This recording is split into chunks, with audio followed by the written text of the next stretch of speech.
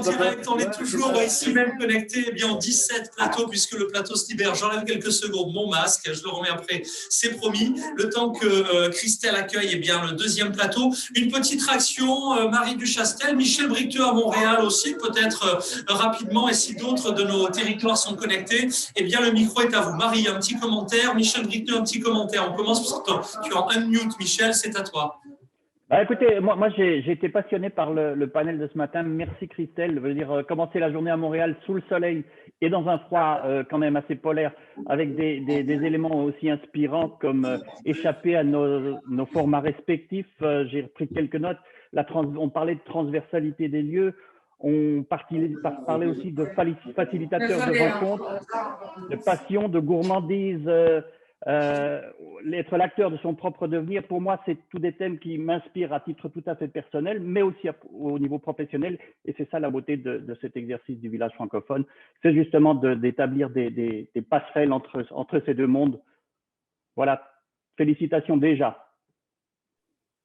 Merci Michel Bricteux. Une réaction Marie Duchastel, parce que c'est vrai que Christelle, on la connaît un petit peu, elle connaît évidemment dans tout ce monde parisien, mais elle a aussi ses connexions à Singapour, elle a aussi ses connexions aux États-Unis, et je trouve que de créer comme ça, alors aujourd'hui pour une première fois, eh bien, toute une série de panels, on a vraiment hâte de rassembler eh bien, l'ensemble de nos experts lors de prochains rendez-vous. Je pense notamment au Festival de Cannes. Je pense, Marie Duchastel, au Kick Festival, où moi, je rêve que d'une chose, c'est que la rencontre en vrai puisse se faire. Installez-vous. Je vous propose d'occuper, peut-être laisser à Christelle le fauteuil central. Le deuxième panel se met en place. Alors, Marie Duchastel à Namur, une réaction également.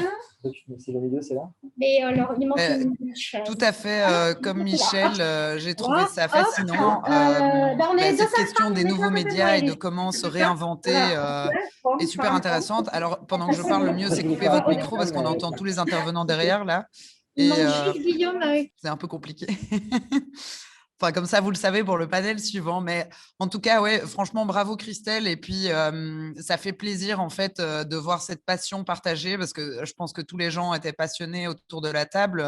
Et quand on travaille en fait dans ces domaines culturels, dans le domaine des médias en général, c'est parce que on a une passion, qu'on est curieux et qu'on a envie de la partager avec les autres. Et en tout cas, moi, c'est une des raisons pour lesquelles je fais ce métier. Et donc, c'est chouette en fait de voir voilà, ces passions partagées entre tous ces intervenants. Donc, bravo pour le panel et bon début de journée et bonne matinée à Montréal. Alors, Marc-Lionel, tu es en mute. Voilà, je suis en mute. J'arrête pas de dire aux gens, vous êtes en mute, mais ça m'arrive moi aussi. Alors, je vais remettre mon masque puisque les invités sont arrivés. Les plateaux s'enchaînent ici même à Paris.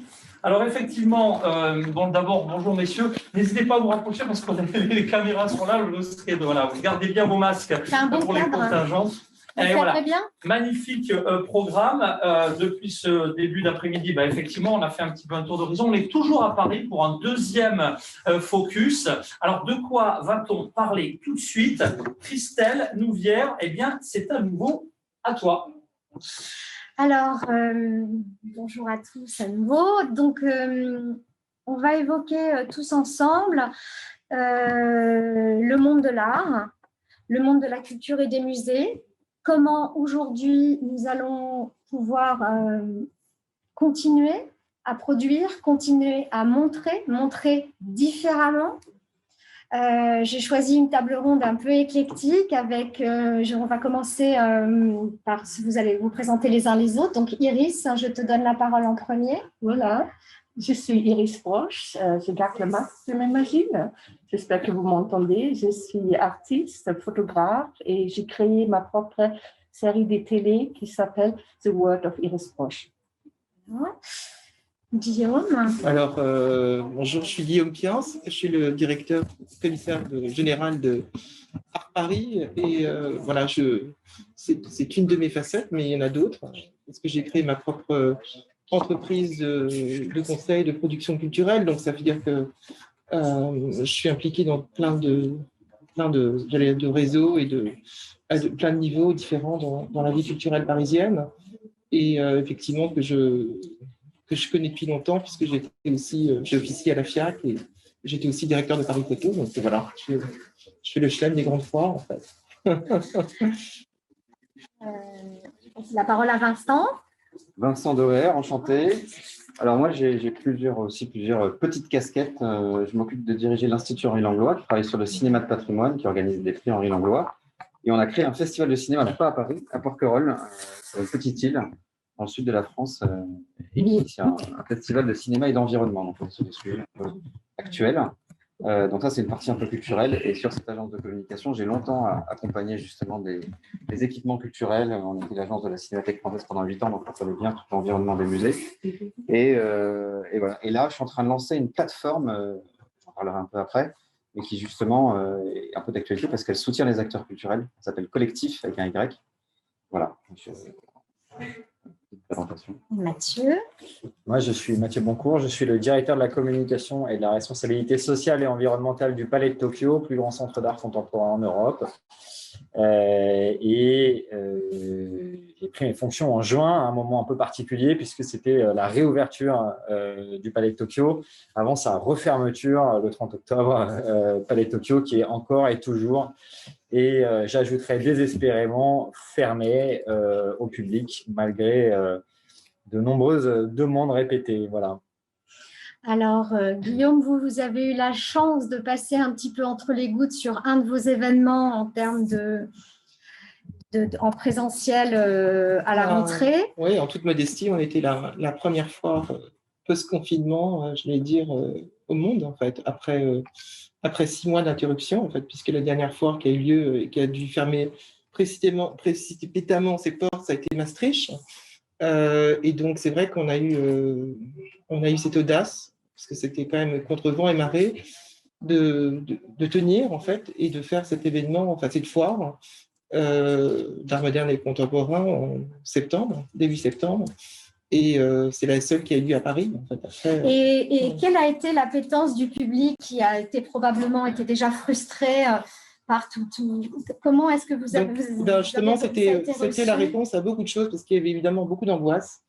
Ça a été un peu l'anneau de Tolkien, hein, cette édition 2020 d'Art Paris. C'est-à-dire qu'il y avait tellement d'angoisse, tellement de gens qui en rajoutaient. Et l'angoisse, c'est l'angoisse. Hein. Donc, du coup, les gens, est-ce qu'une foire est possible? Est-ce que les gens vont venir? Est-ce que les gens vont acheter? Et on a eu beaucoup de réponses, en fait, très positives. C'est-à-dire qu'il y a une telle faim d'abord de revoir. Même les galeries, c'était content de se revoir. Ils ne sont pas toujours. Comment dire. Donc, il y avait les artistes, hein, il y avait des gens de l'institution. Je citerai Emma Lavigne qui m'a dit, mais du Palais de Tokyo, la présidente du Palais de Tokyo, qui m'a dit, mais vraiment, quel bonheur, ça nous redonne de l'espoir. Donc, ça a été un signe d'espoir immense. Avant de parler d'autres choses, je pense que ça a été un élan incroyable, une ambiance absolument incroyable. On a eu quand même 113 galeries. On avait fait effectivement un plan anti-Covid qui a très très bien marché parce qu'on avait une pression énorme. Le Grand Palais étant tous les jours, on était très surveillés puisqu'ils ne voulaient pas que ce soit un nouveau cluster. Donc il y avait beaucoup de responsabilités derrière en fait. Donc bonne nouvelle, on avait quand même accueilli en tout 60 000 visiteurs. Et c'est vrai qu'on a descendu la jauge à 3 000 visiteurs à l'instant T dans le Grand Palais. On a été plus royaliste que le roi. On a fait un aménagement spécifique de façon à créer des allées extrêmement larges. On a enlevé tous les stands qui étaient sur les côtés. On a créé une invitation spéciale qui permettait parce qu'en fait, d'habitude, on a le problème du vernissage. On avait 17 000 personnes et là, il fallait qu'on casse le flux du vernissage. On n'est pas de foule. C'est exactement ce qui s'est passé. Donc, on a permis aux gens de rentrer de jeudi à dimanche le matin en privatif. Et ça a été un succès. C'est-à-dire que les gens, vraiment, il n'y a jamais eu de débordement, jamais de foule. C'est ce qu'on voulait éviter. Et les ventes ont été très bonnes. Donc, ça veut dire qu'il y avait de toute façon ce désir d'acheter, de vivre pleinement en fait l'art. Et ça a très bien fonctionné. Donc, ça, c'est un signe très encourageant. Et dès qu'on voit qu'il y a un événement qui ouvre, tout le monde se précipite. Donc là, les galeries, il y a une situation assez inédite où tout le monde maintenant, puisque malheureusement les musées, et d'ailleurs je le dis publiquement, je ne comprends pas tout à fait cette décision de fermer les musées en fait. Et je trouve ça très injuste. Voilà, mais actuellement, beaucoup de gens qui allaient dans les musées vont dans les galeries. Pour moi, les galeries d'art récupèrent une partie de ce public.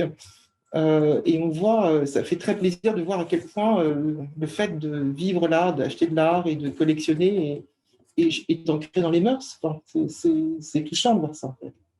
Alors justement, comment est-ce que vous, au Palais de Tokyo, vous avez réussi à pallier, la fermeture? Moi, j'ai vu la digitalisation d'une exposition qui au moins permettait d'offrir au public. Comment est-ce que vous avez monitoré tout ça?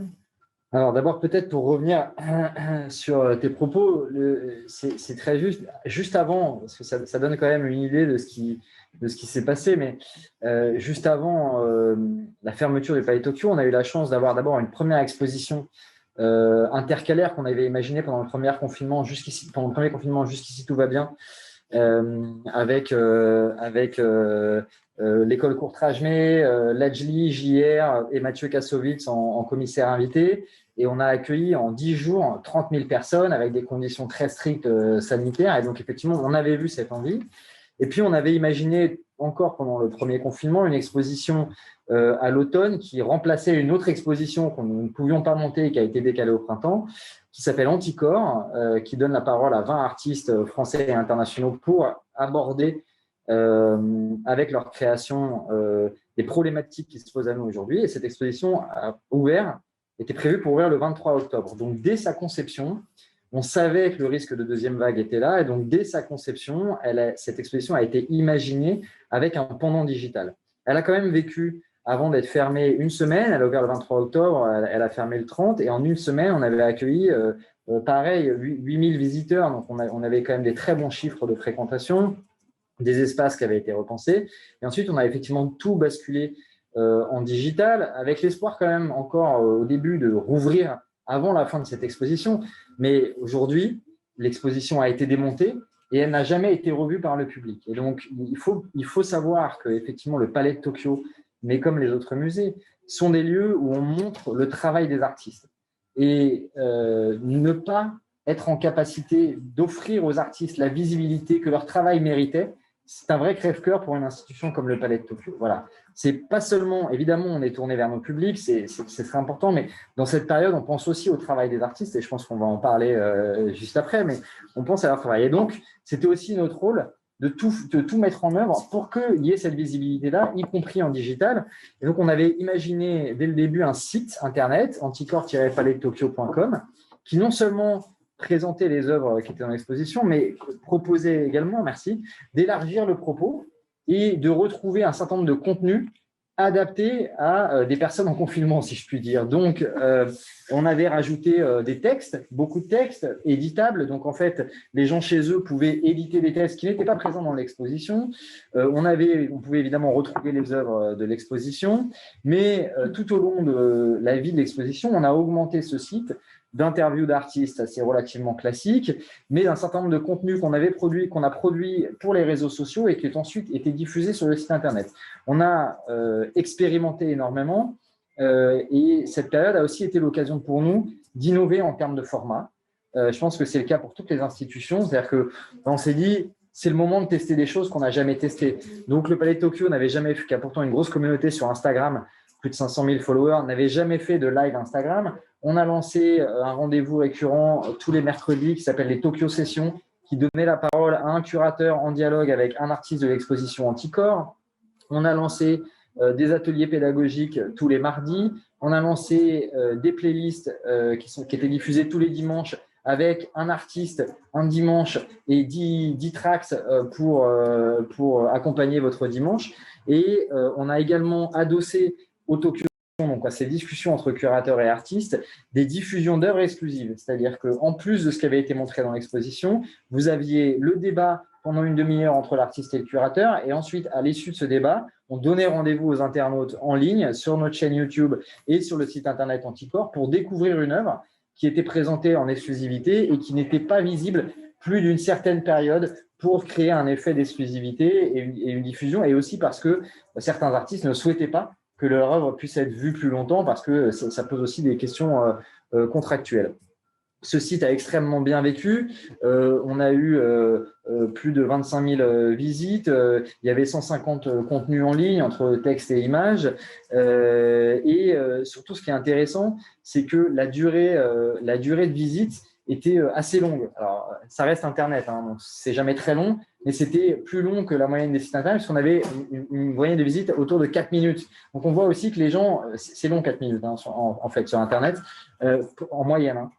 Prenaient le temps de regarder, et puis ensuite les contenus qui étaient en revanche sur les réseaux sociaux et qui étaient un pendant de ce que faisait le site ont connu énormément de succès avec des vidéos parfois visionnées jusqu'à plus de 200 000 vues. Donc on a eu des très très bons scores et ça a été pour nous ça a été un vrai terrain d'expérimentation, mais il n'en reste pas moins que nous avons quand même dû fermer cette exposition et qu'elle n'a pas rouvert ses portes. Et je terminerai en disant que nous nous battons. Emma Lavigne, la présidente du Palais Tokyo, a porté une pétition rassemblant 100 directeurs et directrices de centres d'art, musées, fondations et écoles d'art également pour demander la réouverture. Et à ce jour, malgré une réunion avec la ministre, on est toujours dans la totale incertitude. Notre prochaine exposition est prévue le 22 avril.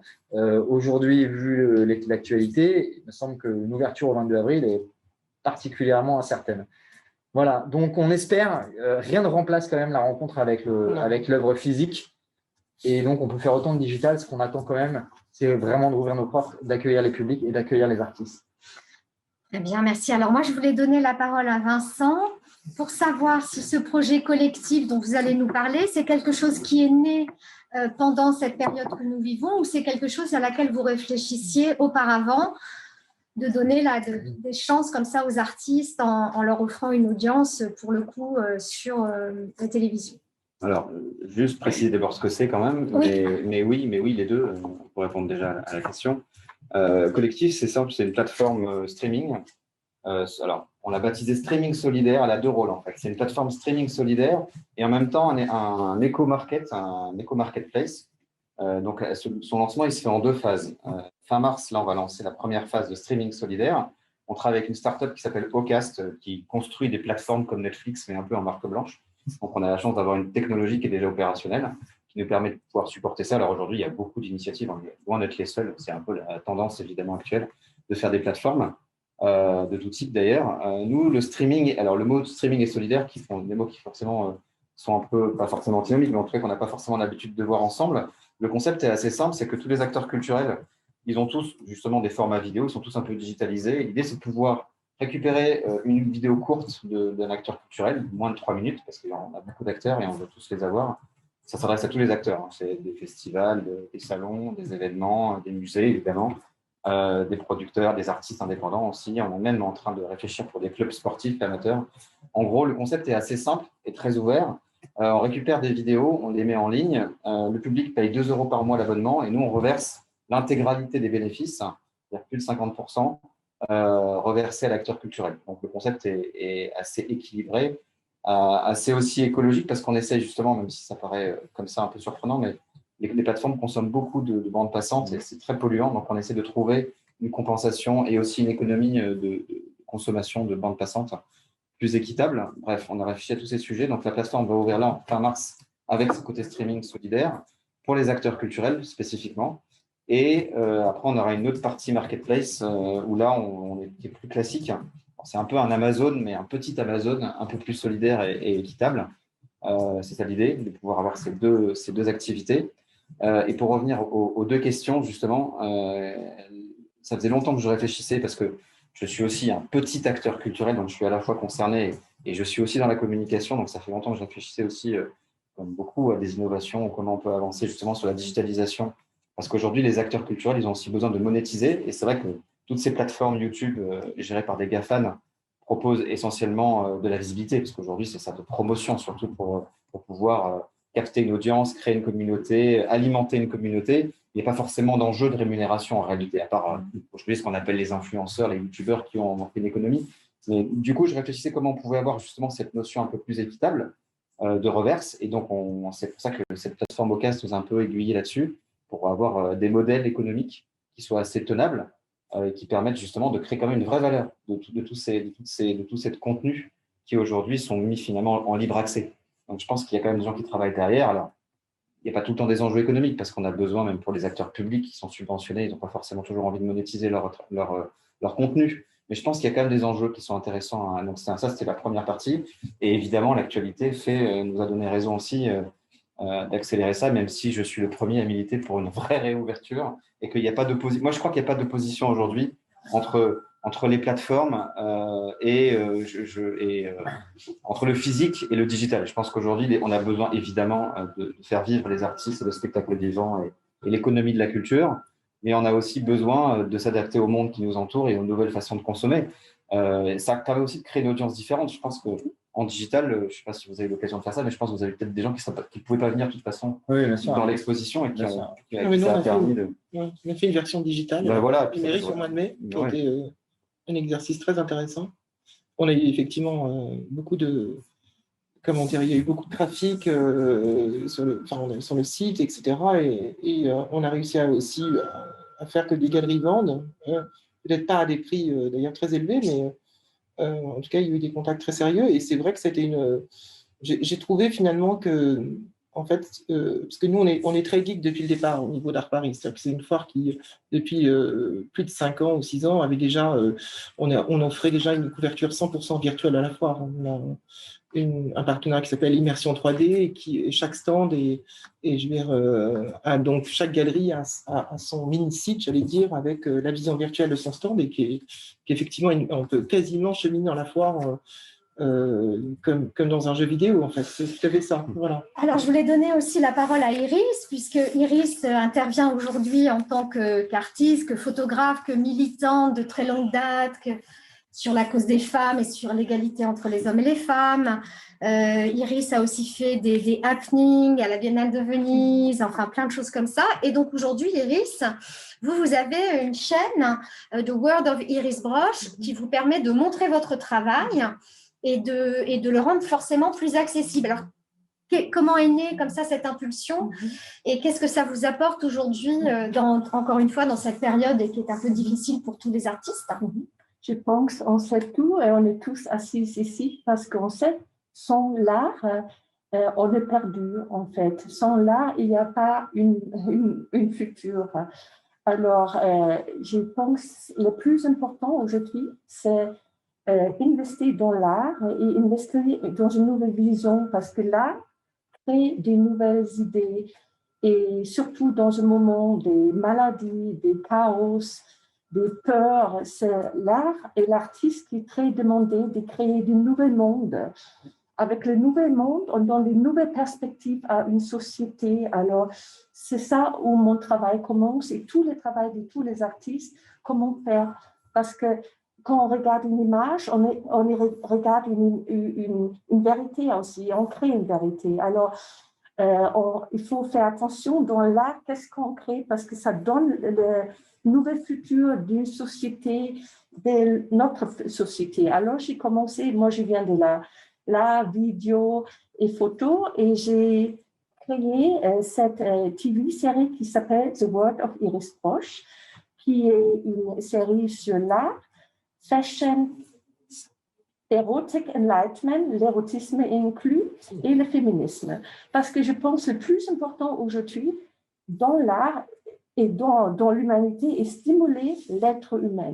Et c'est ça ma mission en fait que j'ai fait avec cette série télé qui est distribuée par FNL, une American Network sur Apple TV, il faut que je lise parce que Apple TV, Roku TV, Fire TV and Android device. Alors vous pouvez regarder The World of Iris Brosh avec FNL Network et voyez un peu des choses qui vont vous transporter dans un monde beau parce que ce monde est beau et on peut le créer ensemble pour avoir une belle future. C'est ça ma mission en fait. Et du coup, le fait d'avoir diversifié les moyens de faire parler de vous, donc la photo, la vidéo et maintenant d'avoir cette chaîne, est-ce que ça veut dire que vous vous adressez à une nouvelle audience? Est-ce qu'il y a des nouvelles personnes qui viennent à vous? Qu'est-ce qu'aujourd'hui ça permet? Oui, c'est très important parce que en fait, l'avenir, on sait avec le Covid va devenir digital. En fait, on va aller tous vers le digital. Alors, on crée dans le digital des nouveaux mondes et avec l'Internet, on peut avoir plein de gens qu'on ne voyait pas, qui venaient peut-être pas non plus. Et c'était pas moi, l'intérêt est de créer la beauté et l'espoir cette belle vie, surtout en étant à Paris, même si les temps sont durs, même si on souffre tout, on est quand même dans une très belle ville et où il y a la liberté de l'esprit encore. Et l'esprit humain, c'est ça qui va changer quelque chose. C'est ça qu'il faut avoir dans l'art. Bien sûr, pour le musée, très difficile aujourd'hui, mais j'ai pensé pareil, les artistes, c'est l'avenir aussi, parce que c'est nous qui créons, parce qu'on crée la réalité. Donc, tout ce que nous sommes dedans, c'est créé par l'être humain. Alors, créons quelque chose comme on veut, comme on s'imagine le futur, et on commence avec les images. Les images, là, créent comme Prométhée la lumière pour une société. Marc-Lionel, est-ce que Marie Duchastel à Namur est parmi nous? Alors, oui, je suis là. Marie, qui est donc a été nommée la femme francophone de l'année 2020 et qui est la fondatrice, enfin la curatrice du KIC Festival. Marie, qu'est-ce que ça t'évoque, cette bulle de Paris dans notre village francophone? Alors, tout d'abord, je suis de tout cœur avec vous parce que je trouve qu'il y a quand même une aberration de garder les magasins ouverts, les galeries ouvertes et puis de fermer les musées. En Belgique, les musées sont ouverts, les magasins aussi. Il y a quelques semaines, j'étais en Espagne pour un voyage professionnel dans le cadre d'un festival, dans le cadre de mon boulot en tant que commissaire. Et en fait, là, tous les lieux culturels sont ouverts, même les salles de spectacle. Et en fait, je discutais avec le commissaire d'Expo qui venait d'ouvrir son festival, qui disait, ben voilà, ça fait plusieurs semaines que c'est ouvert en Espagne. Et en fait, sur le tracing, donc le suivi des cas, contacts et autres, il n'y a pas eu un seul cas qui a été retracé jusqu'à un de ces lieux culturels parce que justement, c'est des lieux où les gens sont hyper respectueux, gardent leur distance, portent le masque. Et donc, je trouve juste une petite remarque sur le fait qu'il y a une aberration. Par contre, c'est sûr qu'il va falloir essayer de continuer à travailler avec ces nouvelles réalités. Et donc, j'ai peut-être une question où j'ai envie de vous faire réagir sur quelque chose. C'est comment arriver en fait à se reconnecter avec un public, mais donc avec des lieux culturels fermés, mais sans passer par les écrans, parce que je pense qu'on a un peu tous c'est ce qu'on appelle en anglais la screen fatigue, c'est-à-dire on n'en peut plus d'être sur des écrans. Et donc, voilà, si vous avez envie de réagir par rapport à ça ou comment lancer les artistes là-dedans.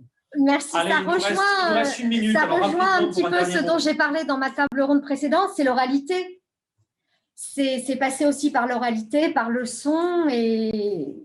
Enfin voilà, c'est moi. Allez voir les galeries d'art, il y en a plus de 400 à Paris. C'est une des villes où il y a des plus belles écosystèmes. Je voyage beaucoup et je trouve que vraiment il y a une diversité de galeries et de lieux à Paris incroyable.